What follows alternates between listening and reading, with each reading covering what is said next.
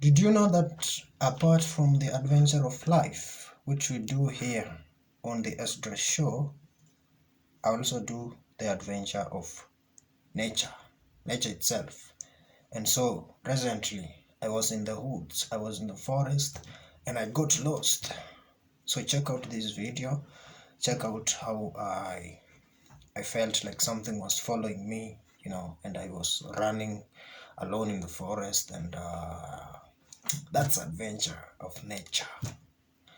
That's something else that you can use to free your minds. Sometimes when you feel like you are bored with life, you feel like you have a lot in your mind, just Immerse yourself in nature. Just get into the silent places, the sound of the birds, the sound of the trees.